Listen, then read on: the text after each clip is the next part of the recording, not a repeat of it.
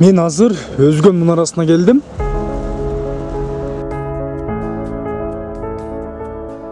Салам достор. Сиз Өзгөн мунарасы тууралуу эмнелерди билесиз? Теге эле сиз билген маалыматтар чындыкка дал келеби?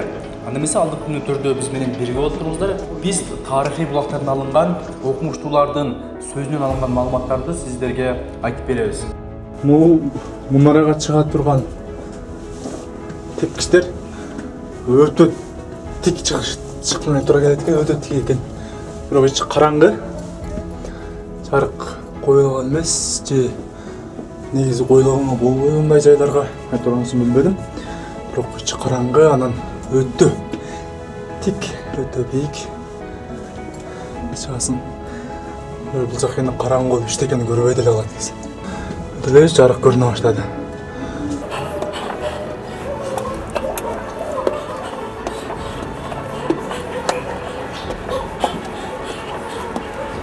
Бул жагынан көрүнүш экен, мунараны сырттан көп эле көргөм, бирок үстү биринчи жолу чыгып атам. Өзгөн архитектуралык комплекси 11-12 кылымдарга таандык. Ал Ош шаарынан 54 чакырым алыстыкта жайгашкан.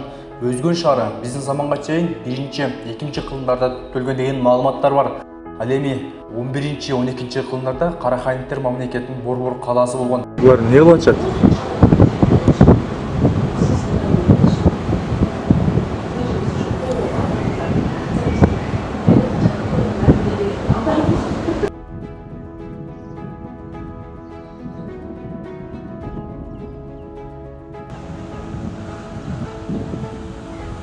Комплекс мунарадан жана 3 күмбөздөн турат. Бул тарыхый эстеликтердин баары бир мезгилде курулган эмес.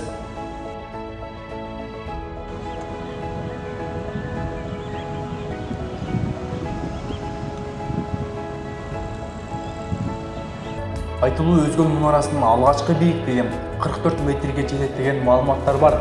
Бирок бул убакыттын өтүшү менен чөгүп, азыркы учурда бийиктиги 27 метрди түзөт. Күмбөздө Караханниттердин өкүмдарларынын сөөктөрү коюлган.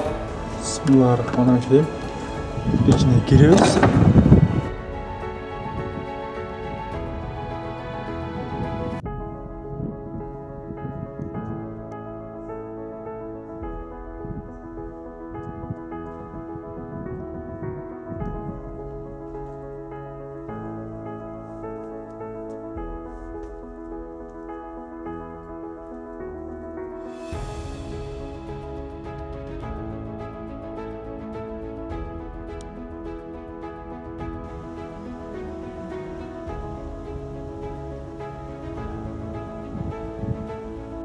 Мунаранын азыркы сиз көрүп жаткан тышкы көрүнүшү бул 100% ушул Караханниттер доорундагы десеңиз жаңылышасыз. Анткени Өзгөн мунарасы 1923 жылы оңдоп түзүүдөн өткөн.